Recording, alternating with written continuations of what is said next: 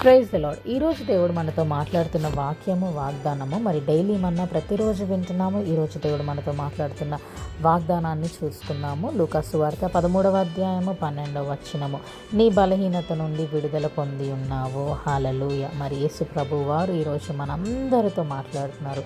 ఆ రోజు ఆ స్త్రీతో 18 సంవత్సరాలు నడుము వంగిపోయిన స్త్రీతో ఈ మాట అన్నారు. మరి వంగిపోయి నడుస్తుంది. దేవుడు అంటాడు, నీ బలహీనత నుండి నువ్వు విడిపించబడ్డావు అని.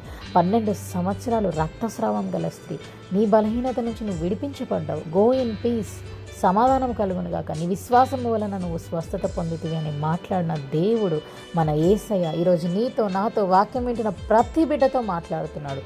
నీ బలహీనత ఏ రోగమైనప్పటికీ, ఏ సమస్య అయినప్పటికీ, కోర్టు కేసు, ఏ పోలీస్ స్టేషన్లో ఇరుక్కున్నావేమో, కేసుల మీద కేసులు పెడుతున్నారేమో, నీకు ఎక్కడ కూడా సమాధానం దొరకట్లేదేమో, రిపోర్ట్స్ అన్నీ కూడా తారుమారైపోతున్నాయేమో, నీకు బిడ్డలు పుట్టరు అని డాక్టర్స్ సెలవిచ్చారేమో, నువ్వు బిడ్డ విశ్వసించి నువ్వు నమ్ము.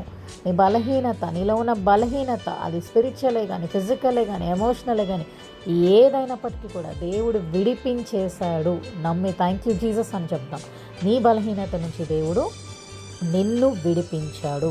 నిన్ను, నన్ను, మనందరిని ప్రతి బలహీనతల నుండి తప్పించి నూతనముగా యవ్వనమైన బలముతో, శక్తితో, సంపూర్ణమైన బలముతో, అభిషేకముతో నింపిన దేవుడు మన దేవుడు మనకున్నాడు. కాబట్టి ఈ వాక్యం వింటున్న ప్రతి బిడ్డ నువ్వు నమ్మి విశ్వసించి థ్యాంక్ యూ జీసస్, నువ్వు నన్ను బలహీనత నుంచి విడిపించావు, నా రోగం నుంచి విడిపించావు, నా శాపం నుండి విడిపించావు అని విశ్వసించి ఈ వాక్యాన్ని మన జీవితంలో, మనందరి జీవితంలో నెరవేరాలని కోరుకుంటూ గట్టిగా ఆమేన్ చెప్దాం. May the lord bless you and give you peace. Have a fruitful and blessed day.